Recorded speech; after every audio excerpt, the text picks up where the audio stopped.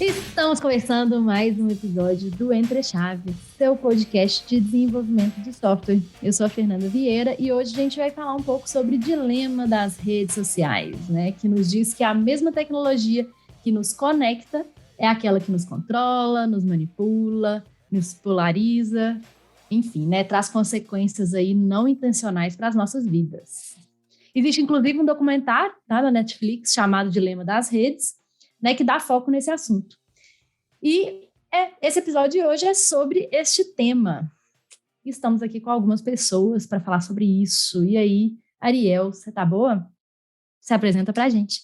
Tudo bem? Prazer, sou a Ariel, trabalho como growth aqui na DTI. Tenho muito interesse pela área de dados e quando fui convidada achei o tema super interessante, porque conversa com o meu tema de pesquisa na faculdade e tudo mais. Então, é um prazer estar aqui. Estamos também com o Lucas. E aí? E Fernandinha? Tá, eu vou tentar falar seu nome dessa vez, que eu no último episódio não consegui. Agora você consegue. Lucas Campreguer. É isso? Exatamente. Nossa, exatamente. Mandei.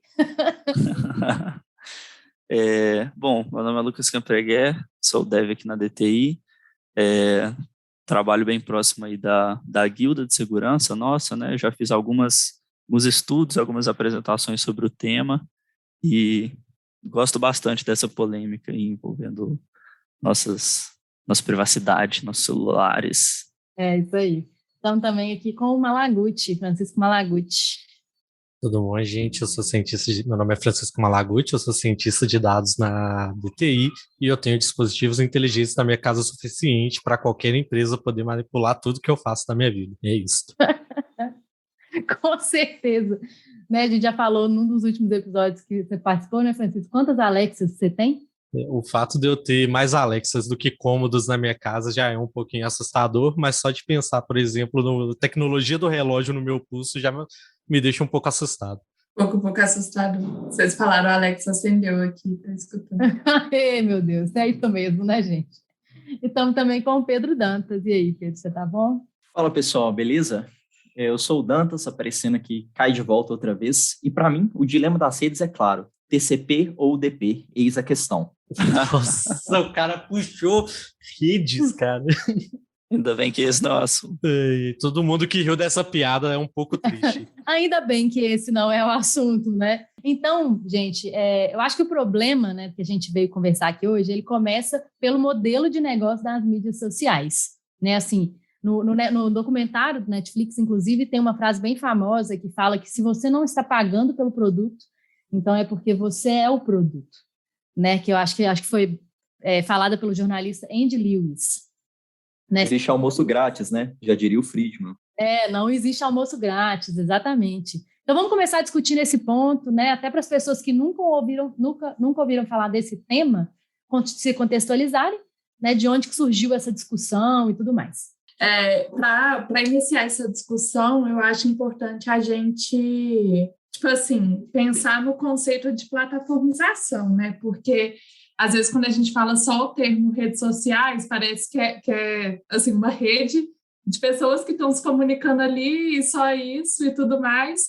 Só que, na verdade, a gente está falando de plataformas que têm um interesse financeiro por trás e que tem, um poder de coleta, análise e influência de dados nunca vista antes, né? Então, a gente trabalhar, essa ideia de redes sociais, que é o recorte feito no documentário, só como rede de comunicação, de trocas de interesses entre as pessoas, pode ser um pouco simplista, assim, né? Ou até mesmo ingênuo. O problema é que, como bem colocado pela Fernandinha, os anunciantes são os clientes, né? Nós somos o produto. Então, o que as redes sociais geralmente estão buscando é captar o máximo de atenção das pessoas para que elas, né, olhem e adquiram aqueles produtos, ou sejam convencidas por aquelas propagandas que geralmente são muito assertivas por saber exatamente o perfil do usuário que elas estão fazendo aquele anúncio, né? E uma frase que me impactou bastante, que eu vi recentemente num podcast gringo também, é que a gente está perdendo o controle da nossa atenção, né? A gente passa muito tempo nas redes sociais. E, basicamente, o que a gente dá atenção na nossa vida é a nossa vida. A gente vive desses momentos. Então, a gente está perdendo o controle das nossas vidas, né? Eu achei isso bem forte, reflexivo, assim.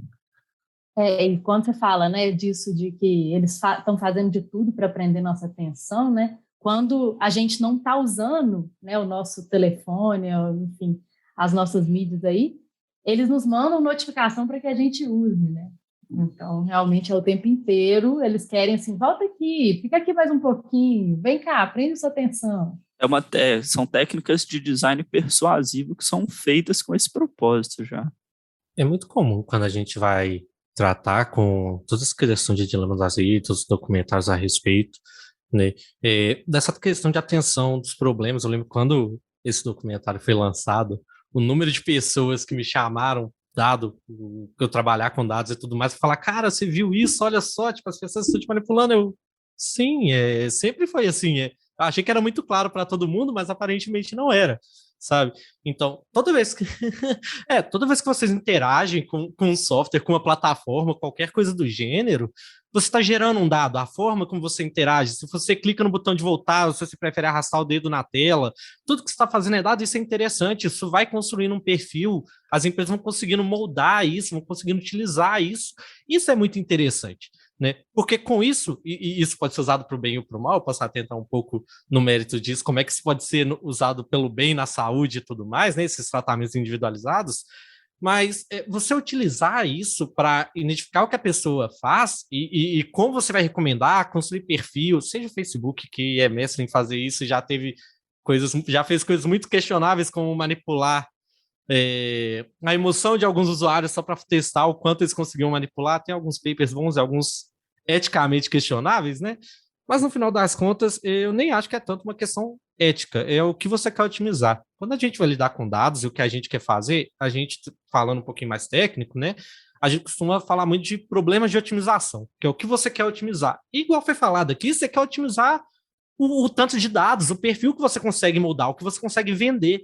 Quando eu pego um anunciante do Facebook, eu quero chegar para esse cara e falar, cara, se você me der esse dinheiro aqui para marketing, eu te garanto que eu vou te mandar para a melhor pessoa que vai poder te comprar. Assim, eu vou mandar e dos 100% que eu mandar, 80% vai comprar. E para eu juntar isso, para eu conseguir vender isso, eu preciso otimizar o tempo que você passa mexendo no Facebook. A gente quer otimizar, por exemplo, o tempo que você passa ouvindo esse podcast agora. E com isso, a gente vai ter um pouco do seu perfil aqui dentro. O Spotify ou qualquer outro lugar que você está ouvindo isso, está construindo esse perfil, né? Então, é isso que a gente está otimizando. Então, quanto mais a gente conseguir, quanto mais o pessoal conseguir utilizar, quanto mais eles conseguirem puxar disso, eles vão fazer. Porque é isso que eles estão vendendo no final das contas. É isso que eles estão construindo. É nisso que eles estão trabalhando. Ô, Malaguti, peraí então, cara. Eu vi que todo mundo aqui começou a falar sobre rede social, chegaram com pedra na mão, falando sobre essa otimização, propaganda. Você e o Champa acabaram de citar aí um ponto em que elas conseguem personalizar esses ads que aparecem pra gente. Mas por que isso não seria uma coisa boa?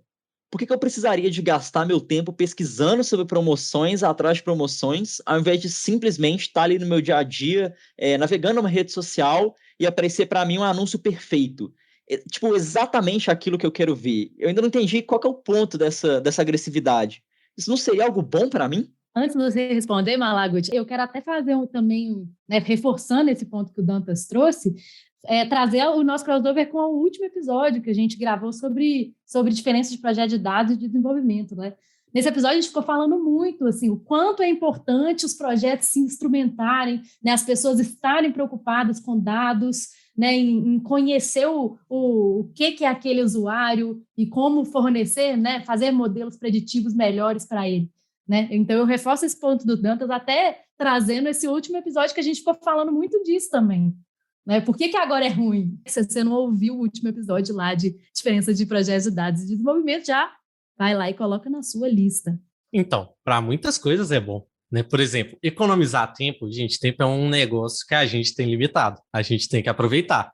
Então, isso poderia ser facilmente um jabá aí de, por exemplo, aplicativos de que vão te economizar tempo com promoções e afins, mas não é, então bora lá. isso é bom. Nesse sentido, é muito bom você conseguir economizar tempo, você ter uma recomendação assertiva, você achar aquilo que você procura, né? E pode ir além, tipo, igual eu falei do meu relógio, eu tenho alguns probleminhas com estresse, então eu tenho que ficar medindo a minha pressão com uma certa frequência. E o meu relógio faz isso. Isso ajuda muito, por exemplo, a ter um controle melhor da minha saúde.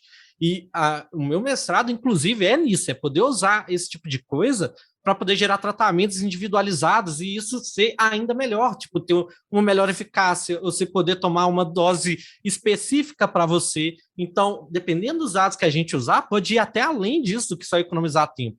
Pode ser a diferença entre um tratamento ser efetivo ou não para você, né? Os benefícios são incríveis. O problema não é bom, os dados em si eles não são bons nem ruins. O que é bom ou ruim é a forma como você vai usar ele, né?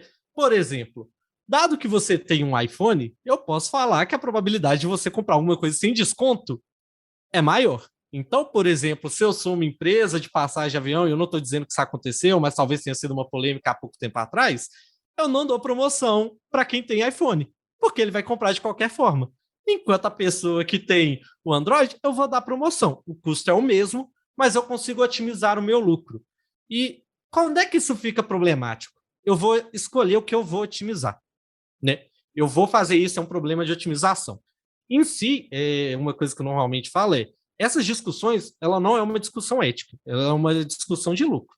Se você imagine, por exemplo, que você tem uma caixa que toda vez que você apertar, você vai ganhar 10 mil reais. Tem um botão na caixa, você apertou o botão, você ganha 10 mil reais. Porém, apertar essa caixa é eticamente errado. E você vai ser punido pela lei, virou crime, você vai ser punido perdendo 1.000 reais. Só que você ganha 10 mil. Você pode não apertar porque é eticamente errado. Ou você pode apertar ela quantas vezes você quiser e ficar rico. Eu te garanto, muita gente apertaria essa caixa. E qual que é o problema? Quando a gente vai lidar com essas questões de dados e como é que você vai usar, se eu for otimizar lucro, eu posso te dar uma promoção. Ou eu posso te mostrar produtos superfaturados o suficiente para quando o meu produto um pouco menos superfaturado aparecer, você achar que ele é uma ótima promoção. Quando na verdade ele não é. Eu só manipulei essa percepção com base, por exemplo, no dinheiro que você tem. Imagina que eu tenho noção de quanto você ganha. Então eu sei quanto cada pessoa pode gastar.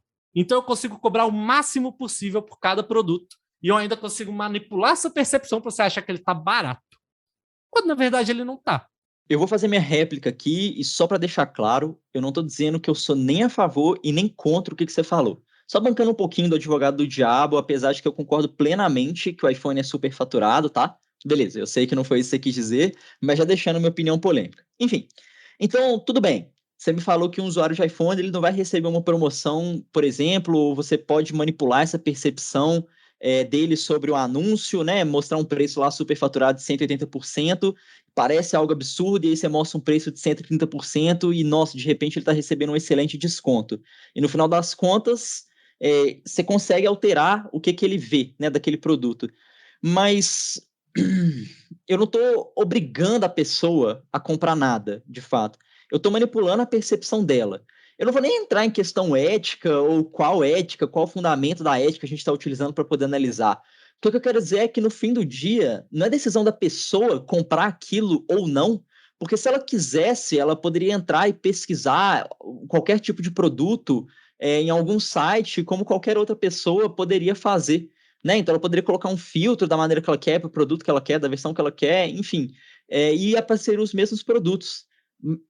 Eu não estou obrigando ela a comprar, né? No fim do dia. Ela teria a opção de não comprar. Mais ou menos, porque pensa bem, eu coloquei uma pessoa com os dados suficientes para eles conseguirem fazer essa manipulação.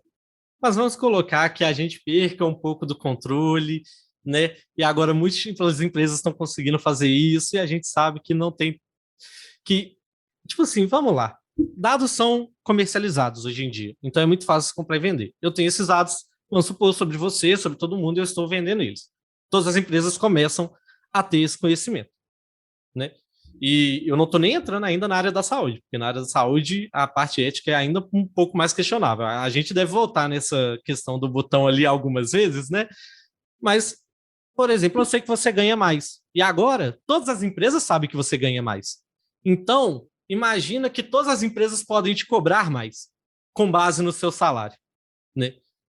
O que você vai fazer? Vamos supor, você está ganhando, a gente tem uma discrepância de salário, por exemplo, você, Dantas, claramente ganha o dobro do meu salário, a gente sabe, isso é amplamente conhecido, né? Então, o que vai acontecer? Todos os produtos vão custar o dobro para você. O dobro de 0 ainda é 0, tá, Malaguti? E isso, cara, isso vai começando a ficar muito complicado, porque nesse início, a gente tá falando só de preço, eu tô cobrando o dobro para você. Só que eu posso fechar, tipo, do mesmo jeito que você tem esses acessos, você tem essas informações, e eu tô colocando tipo assim, agora como se todo mundo tivesse esse acesso, eu não preciso nem fazer isso. Eu posso bloquear a quantidade de informações que chega para você, eu posso manipular a sua percepção das coisas. A sua percepção de mundo, assim como a de todos os seres humanos, ela é dada pelo seu contexto, né? Então, se eu manipulo o seu contexto, eu manipulo o que você pensa. Então, começa a ficar muito complicado. Tem até uma frase, um momento do documentário que ele fala, um das pessoas, né, que participam lá, que fala assim, imagina se o Wikipedia retornasse uma definição diferente das coisas de acordo com a pessoa que acessasse. E na hora que ele falou isso, eu fiquei assim, tipo, nossa, imagina se isso acontecesse mesmo. Só que, na verdade, é exatamente isso que acontece, sabe, assim, esses exemplos que vocês estão dando aí, é exatamente isso, né? Eles manipulando a nossa percepção de realidade, a nossa percepção de mundo, né? Não existe uma fonte única de verdade, né, na internet. Só que, por exemplo, pensa em buscadores. Todo mundo, quando eu falo pensa num buscador, todo mundo provavelmente pensou no mesmo buscador, no máximo 2 diferentes. 3 se alguém aí pensou no DuckDuckGo. Eu pensei no Yahoo, aquelas Yahoo Respostas. Eu pensei no KD, óbvio, o melhor buscador de todos os tempos. E aí, por exemplo, eu tenho certeza que, a não ser que você use o DuckDuckGo, e ainda assim é questionável, você vai receber respostas diferentes para as mesmas perguntas, sabe? Isso é, de certa forma, um contexto. Eu estou manipulando a sua visão do que você está procurando, eu estou manipulando o seu acesso à informação. Quanto maior o meu poder nisso, mais eu consigo manipular a sua visão de mundo. E, novamente, isso não é uma coisa específica, né? Não é essa Big Tech ali, que é aquela linha de busca que todo mundo vê todos os dias, falando, não, eu vou pegar aqui o seu José e eu quero que ele pense dessa maneira. Não, eu estou otimizando algumas coisas, eu sei mais ou menos o perfil dele, eu sei mais ou menos o que ele vai clicar ou não, e acima de tudo eu sei mais ou menos o que ele está procurando. E nem sempre o que ele está procurando é certo. Mas eu colocando isso ali na frente dele, reforçando isso, principalmente com questões como viés de confirmação e outras coisas que a gente pode entrar aqui no mérito, eu estou construindo isso, eu estou construindo essa visão, sabe? Então, por exemplo, eu quero que você compre tal coisa. Vamos pegar aqui, uma coisa que virou recentemente febre foi a Copa Stanley, né?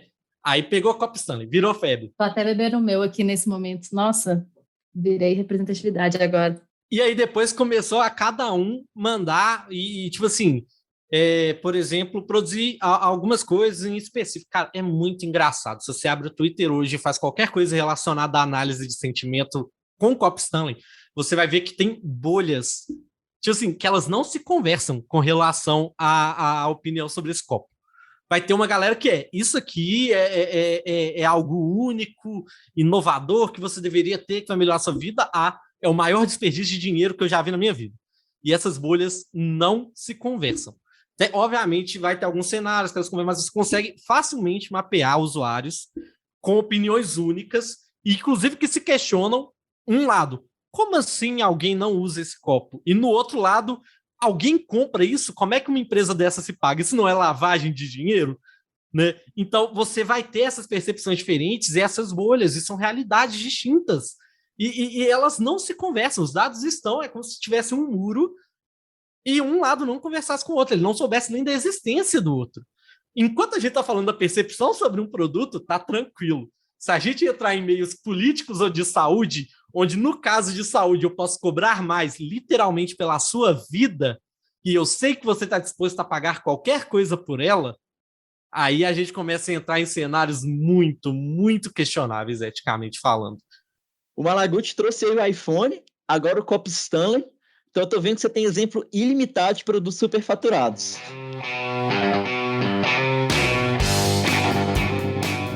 Para resumir, então, eu posso dizer que seu raciocínio, ele quer dizer que informação é poder. É isso. Certeza. Gente, existe um motivo para as empresas mais ricas do mundo terem como base produtos de dados, né? Elas estão usando informações porque é o que vai te dar o direcionamento certo, é o que você vai usar para manipular as coisas. Novamente, não estou entrando no mérito de ser bom ou ruim. E ainda fez um pedido de aumento de salário. É como o que a Ariel falou no início, né? Assim, em vez dessas que eles nem chamam mais de ferramentas, né? Sei lá, essas plataformas de marketing aí, elas que começaram, né? Que foram criadas para nos conectar, enfim, tudo mais que a gente já falou, elas, além de predizer os nossos comportamentos, elas ainda interferem, né, no nosso comportamento. Então, assim, por isso informação é poder mesmo, né? Porque quanto mais informação você tem, mais você consegue predizer e interferir no comportamento dos outros. Sim, e uma coisa que, assim, que me incomodou no documentário, assim, que eu achei ele bem completo nessa parte, foi que até então aqui na discussão, talvez a pessoa que está ouvindo ela também pode ter essa imagem ainda, que a gente está tratando dados como tipo assim, o dado por si só, ele não está enviesado e a forma com que ele é utilizado que enviesa ele. Só que os dados também são enviesados, assim, também existem assim, vieses algorítmicos dentro dos dados, e esses vieses eles são influenciados tanto pelas pessoas que estão nessa área de dados. Assim, você viu que durante o documentário não foi apresentado nenhum cientista de dados negro. E aqui a gente também está em uma sala que a gente tem pessoas da área, e eu sou a única pessoa negra aqui, assim. Então, tem muito, muito esse tópico também. Uma coisa que a gente tem que falar quando a gente fala sobre redes sociais e utilização de dados foi sobre o vazamento que teve, né, do Facebook Papers, que aí, nesse vazamento, assim, já era uma coisa que a gente já sabia, só que isso foi a forma com que veio à tona a questão do algoritmo racista do Facebook, que além de rotular pessoas negras como primatas, o algoritmo da rede não conseguiu identificar o imenso fluxo de conteúdo de discursos de ódios produzidos em árabe contra pessoas negras. E assim, essa é só a pontinha do iceberg, porque se você não tem pessoas negras na área de dados, tipo assim, dificilmente vai ter alguém ali para falar, esse dado aí, o nosso banco, ele está sendo enviesado para um lado ou para outro. E aí, nas redes sociais, como isso se aplica? Assim, igual o Malaguti tinha comentado, quando a gente pega para analisar dados em contextos de saúde, a gente entra no submundo, assim, dá vontade de chorar quando você vê isso. E quando a gente entra no sistema carcerário também, existem várias pesquisas que falam que quando você pega para fazer essas análises de quem tem mais disposição a ser preso por um algoritmo criado, questão de reconhecimento facial também, né? E aí, nas redes sociais, para o meu projeto de conclusão de curso, eu fiz uma pesquisa com vários influenciadores digitais, assim, porque estava tendo um grande fluxo de influenciadores digitais negros fazendo testes na plataforma. Tipo assim, eu sou uma criadora de conteúdo negra, e aí eu vejo que a minha entrega não está boa, e tem uma influenciadora com o mesmo público, a mesma quantidade de seguidores que eu, a taxa de engajamento antes era parecida assim, só que a entrega dela é muito maior. E aí tem uma influenciadora brasileira que chama Saul Lebá, que ela começou a publicar fotos embranquecendo ela. E ela viu que a entrega do Instagram foi muito maior. E aí, nessa minha pesquisa, eu entrei em vários pontos assim, com os influenciadores, mas um que me chamou muito a atenção, que aí a gente vai entrar também em como essas plataformas replicam vieses que já existem na sociedade e que, para criadores de conteúdos negros, é muito mais difícil você crescer dentro da plataforma do que para criadores de conteúdos brancos. Que aí o cenário é o seguinte, ela foi pioneira em perfis de maquiagem no Instagram, aqui no Brasil, e aí ela só maqueia a pele negra. Só que ela percebeu que quando ela maqueia a pele negra e posta foto de uma modelo retinta, que tem um tom de pele mais escuro, a entrega é muito menor do que quando ela maqueia uma modelo negra light skin, que tem um tom de pele mais claro. E isso é por causa do mecanismo de reconhecimento facial do Facebook mesmo, assim. Tem pesquisa sobre que, tipo assim, a possibilidade do reconhecimento facial dessas ferramentas errar com mulheres negras é muito maior do que com mulheres brancas, com homens negros e do que com homens brancos também. E aí tá, mas como que isso impacta na vida dessa pessoa, será? Assim, que a gente está falando do jeito que a plataforma lucra com isso, mas como que as pessoas que realmente são mais inteligentes, né, conseguem se remunerar de alguma forma dentro da plataforma, como que elas são impactadas por isso? Se a gente pegar essa lógica de que perfis com peles claras têm uma entrega maior do que perfis com peles negras, essa influenciadora, ela está saindo muito atrás de influenciadoras que maqueiam pele branca. Então, tem várias questões, assim, que influenciam nisso, e isso influencia na empresa dela, no lucro da empresa dela. Então, esses vieses que existem nos dados, que a gente está trabalhando eles aqui até então, como, tipo assim, meio que, dado é dado, não existem vieses dentro deles, eles impactam também na vida dessas pessoas. E aí, uma discussão que eu senti muita falta nesse documentário, que eu achei que ele não trabalhou esse recorte, ele trabalhou, tipo assim, dados de uma forma geral, e todo mundo ficou, uau, mas ainda existem subcamadas dentro desses dados que eu não senti que eles foram desenvolvidas lá, e foram desenvolvidas em um outro documentário, que aí sim, traz essa perspectiva de como minorias são impactadas negativamente por esses dados, e o nome do documentário é Code BIs. Ele é muito legal. Eu acho que um outro ponto principal da discussão também, que está muito alinhado com isso que a Ariel falou, é que como o controle da nossa privacidade está na mão deles, e eles nos conhecem tão bem assim, e, mais uma vez, né, não há esse controle de ética, né, o que está guiando é o lucro,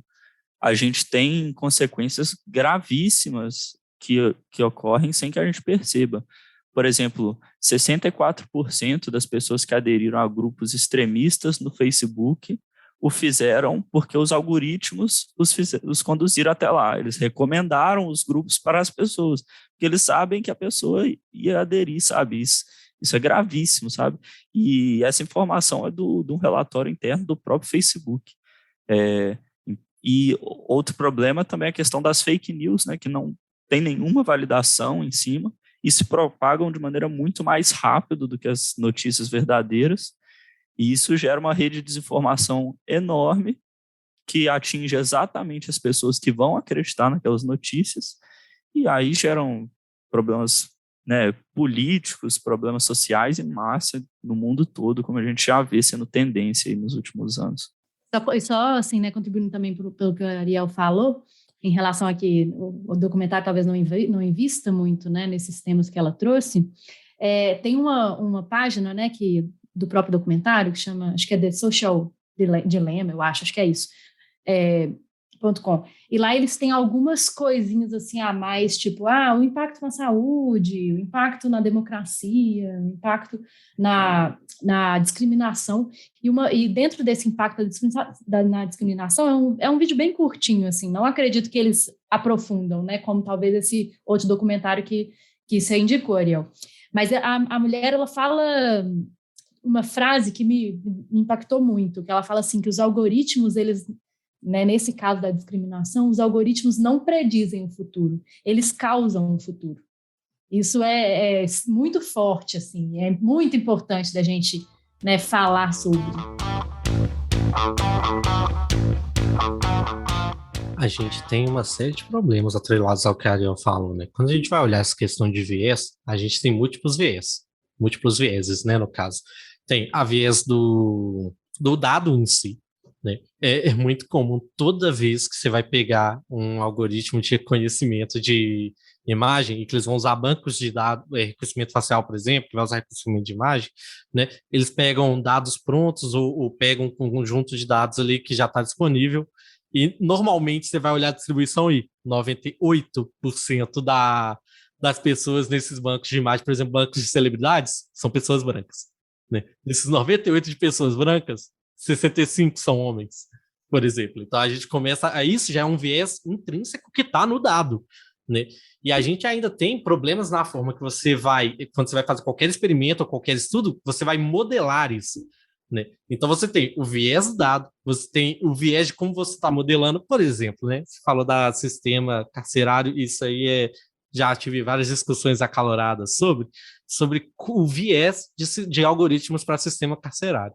Porque, por exemplo, se você tem um viés onde mais pessoas negras, por exemplo, são acusadas e punidas pelo sistema carcerário, e você está treinando o seu modelo baseado nisso, você está pegando esse viés que existe e colocando ele dentro do seu modelo. Então, você não está basicamente fazendo um sistema para julgar e punir pessoas. Você está fazendo basicamente um modelo automático de punição de pessoas negras. É basicamente isso. Você está pegando um viés social e colocando ele dentro do seu algoritmo. Você tem que ter esses cuidados, e são cuidados muito relevantes, porque senão você vai pegar um viés que já existe e, dependendo de como você tratar isso, você vai potencializar esse viés. Você vai, inclusive, talvez até perder o controle, porque isso pode ser além. Se você fizer um overfitting, por exemplo, vai ser basicamente isso. Tem cenários que você coloca, dependendo dos parâmetros que você coloca para treinar, que você consegue mostrar que o algoritmo, mais do que prever o crime ou a punição, se ele está acertando ou não, se está prevendo ou não, a quantidade correta que seria de dar para aquele crime, por exemplo, de punição, ele está utilizando a cor da pessoa para dar mais ou menos tempo de cadeia. Acontece muito, então, de você ter esses cenários onde, por exemplo, você está pegando um viés da sociedade e colocando ele dentro do seu modelo. Você já tem o viés dos dados, você está colocando um viés social. O que você está medindo? São cuidados que deveriam ter e às vezes não tem. E pela parte que a Ariel falou, por exemplo, ela é a única pessoa negra nesse podcast hoje, né? E isso não é uma coisa incomum. Eu penso na minha faculdade, no meu mestrado. Quando eu formei, eu lembro de ter visto 2 pessoas negras formando comigo, durante todo o meu período de faculdade, em sistemas de informação. Né? E eu tenho uma amiga que ela faz um estudo na UFMG com a professora Miriam, exatamente de mulheres na computação. E sobre como é todo o impacto, toda a dificuldade de entrar. Né? E quando você faz isso, você está limitando até a visão que você está tendo. Se a sua empresa, por exemplo, não tem tantas mulheres, não tem tantas pessoas negras, são problemas que a gente tem na sociedade, que essas pessoas têm a visão e que elas poderiam apontar esse problema lá dentro e que você está perdendo. São algumas coisas que você deveria ter uma visão plural dentro da sua empresa exatamente para tomar cuidados ou tomar um mínimo de cuidado que se espera, na verdade, que você vai fazer uma coisa tão grande ou poderosa como manipular os outros usando os dados ou tomar decisões importantes usando os dados. Você precisa dessa visão plural, porque são realidades que às vezes você não tem aí dentro, que se você tem, são muitas poucas pessoas que vão poder trazer isso, sabe? Então é coisa que você tem que ouvir, é informação que você tem que trazer, você tem que tratar para o seu dado estar balanceado, né? Poxa, você vai pegar e treinar reconhecimento facial no Brasil, usando celebridades americanas. Provavelmente a única pessoa negra que você vai encontrar é o Will Smith, entende? Então você tem que ter esse cuidado, você tem que balancear seu dado, você tem que tratar e cuidar com esses vieses. Champa, você comentou aí sobre a relação de nós sermos donos da nossa privacidade. E aí um ponto que eu gostaria de perguntar é, você realmente é dono dos seus dados que você coloca online? Existe como você exercer propriedade sobre eles, a ponto de você querer defender a forma com que eles são utilizados? Então, existe, mas um problema que acompanhou a humanidade e a evolução da tecnologia ao longo do tempo sempre foi de que a legislação para evoluir foi muito mais lenta do que a velocidade que a tecnologia evoluía. Então, a gente tem hoje engatinhando leis de LGPD no Brasil, né, e leis de proteção de dados no mundo, mas que estão longe de serem capazes de garantir a nossa privacidade dos dados e nossa segurança e fazer com que a gente escolha o que a gente quer ou não compartilhar com essas empresas. E, sinceramente, a tecnologia continua evoluindo muito mais rápido do que essas leis podem acompanhar. Uma coisa muito positiva dessas novas leis que está tendo aqui no Brasil, LGPD, tem também na Europa, é a troca massiva de modelos caixa preta por modelos interpretáveis. Né? Então, antigamente você usava modelos, ainda se usa, né, em alguns cenários, mas se usava muito mais modelos que você não conseguia entender, ele era uma caixa preta, você dava uma entrada, ele dava uma saída, então você identificar que era um modelo racista ou que ele tinha algum viés era muito mais difícil do que agora, que você tem essa lei e você pode, por exemplo, solicitar para entender essa tomada de decisão e aí eles vão ter que interpretar, avaliar o modelo e poder falar, não, realmente, olha só, é um erro, é um viés social que a gente quer combater, a gente usou dados históricos, e nos dados históricos, provavelmente, quanto mais antigo o dado, mais viés você vai ter, né? Então, você vai poder ter um pouco mais de noção e tratar isso é realmente graças a essas leis que a gente está conseguindo ver essas mudanças efetivas com relação a essas utilizações. Faz muito sentido, Malaguti. É um ponto de mudança que a gente pode pegar, né? Então, assim, na regulamentação ela vem para o bem, e eu falei isso como se fosse uma grande surpresa, porque para mim talvez seja. Então, você citou a LGPD ou a GDPR, que é a lei europeia lá, que são relativamente próximas umas das outras, mas eu vou mais uma vez trazer para o outro lado aqui, tentar distorcer um pouco do que vocês falaram. O livro do Stefan Kinsella, Contra a Propriedade Intelectual, ele dá alguns argumentos muito fortes para falar do porquê que você não consegue ser proprietário de um dado. Porque aquilo seria algo completamente infinito. E você não pode exercer propriedade sobre ele, você não consegue capturar, determinar, delimitar, controlar. Então, se eu te falo alguma coisa ou uma ideia nesse momento, que seria um dado, né, que seria a representação de um dado, que é algo que eu estou pensando, eu simplesmente não consigo mais tirar ele de você. Então, se eu te falo, eu dupliquei ele. Eu consigo duplicar porque ele é infinito. Então, assim, como que vocês veem essas regulamentações? E eu acho que como analista de segurança, não é essencial eles seguirem as diretrizes de integridade, confidencialidade, legalidade, disponibilidade dos dados, mas como que vocês veem a capacidade de vocês atuarem como proprietários de um dado que, na verdade, esse dado já está com várias outras pessoas? Vocês entendem que vocês realmente possuem o direito completo sobre uma informação?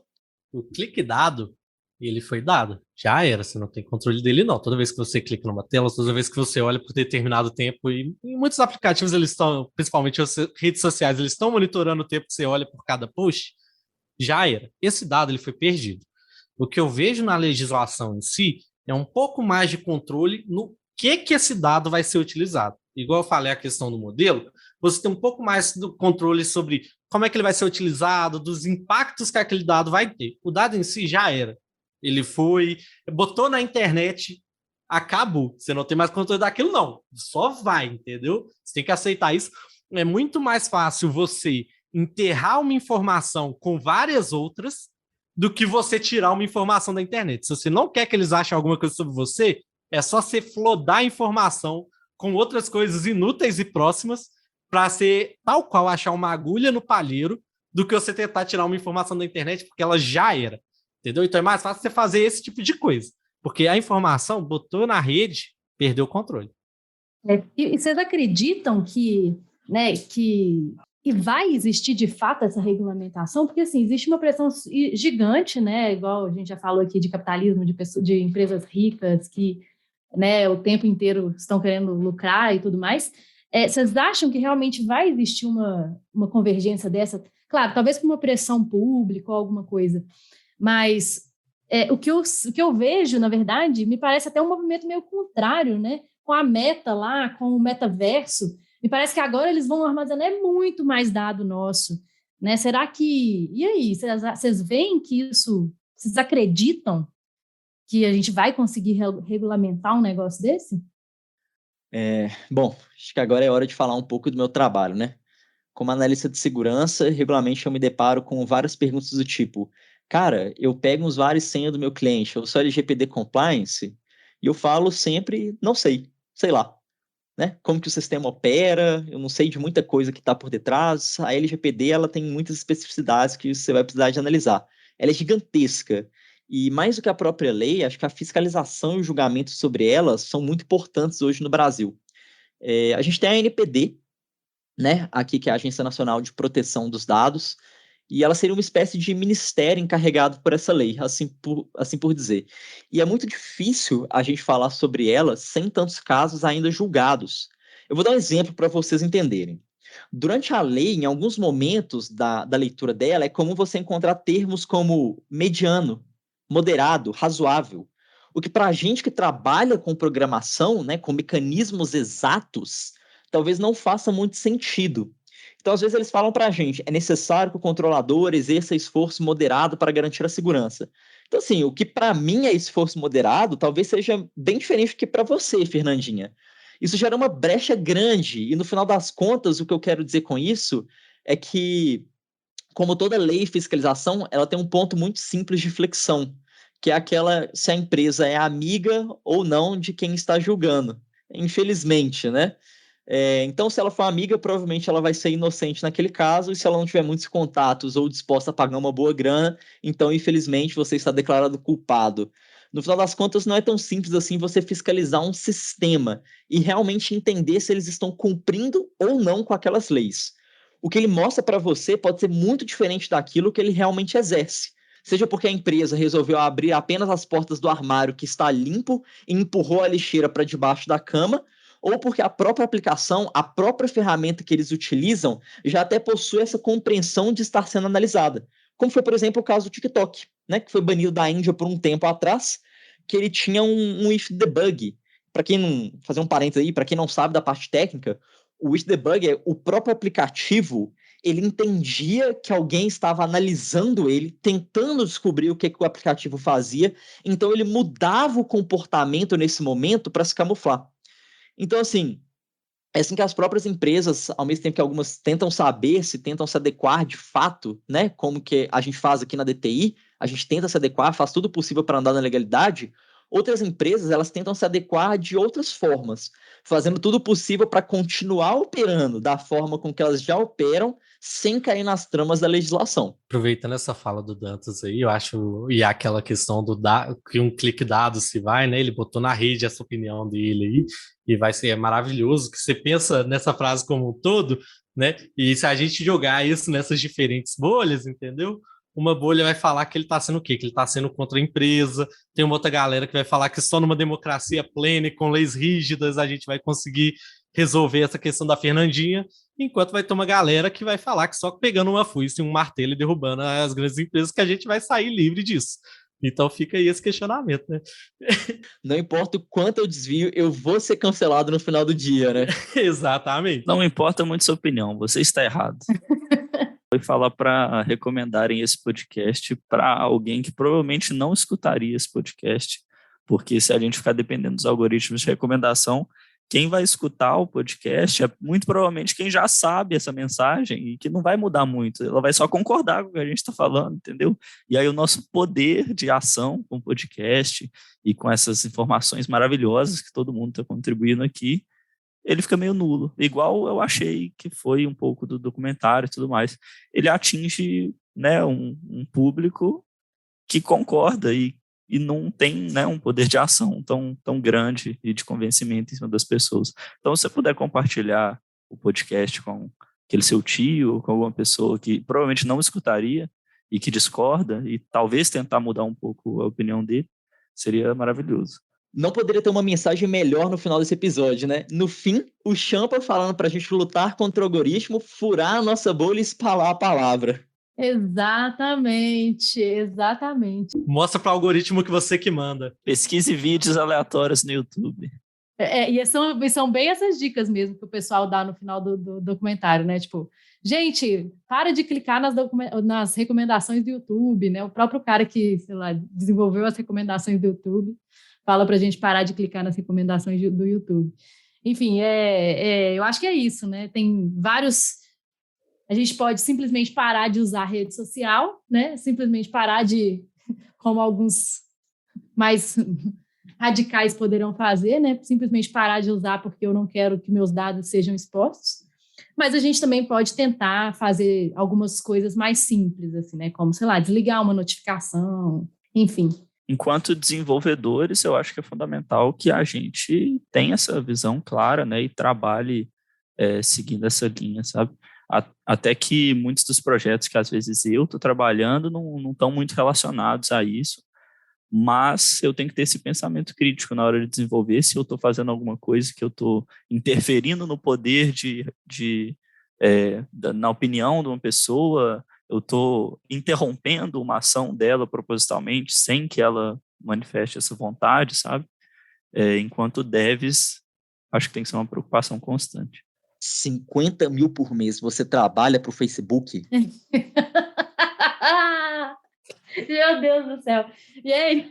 Me chama no PV aí, ô Dantas. E é isso, né? As funcionalidades, elas são criadas de forma inofensiva até que elas não são mais, né? Mas é igual o Dantas falou. Mais ou menos de forma inofensiva, né? É igual o Dantas falou, né? E aí, 50 mil, você tá dentro? Enfim, gente, então é isso, assim, falamos aqui muito sobre, né, o dilema das redes, dos impactos, né, do modelo de negócio dessas redes e por que hoje a gente fica tão viciado nisso, né, e quais são os impactos aí, falamos de coisas de saúde, falamos de impacto de discriminação, enfim, falamos sobre um pouco sobre regulamentação, né, e é isso aí. Muito obrigada pela participação e obrigada a vocês por estarem nos ouvindo até agora.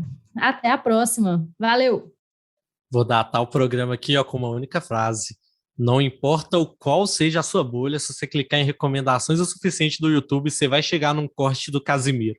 Simplesmente a bolha do dilema das redes do entretenimento. Dessa eu não faço questão de sair. Eu faço questão de estar nessa bolha. Eu faço questão de estar, pelo bem da saúde mental. Então, até mais, gente. Valeu, pessoal. Foi um prazer. Até mais. Valeu, pessoal.